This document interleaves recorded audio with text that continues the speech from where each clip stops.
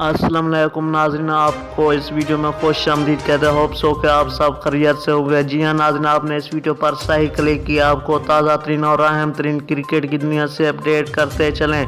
T20 world cup का mega event जो कि पाकिस्तानी मियारी वक्त के मुताबिक शाम 7 बजे दुबई स्टेडियम पर खेला जा रहा है। जी हाँ नाज़रीन, आज का सबसे बड़ा टाकरा पाकिस्तान बा मुकाबला ऑस्ट्रेलिया। अगर ये लाइव मैच अपने मोबाइल पर देखना चाहते हैं तो प्लीज़ इस वीडियो को एक सेकंड के लिए भी स्किप ना करें, इस वीडियो को एंड तक ज़रूर देखें।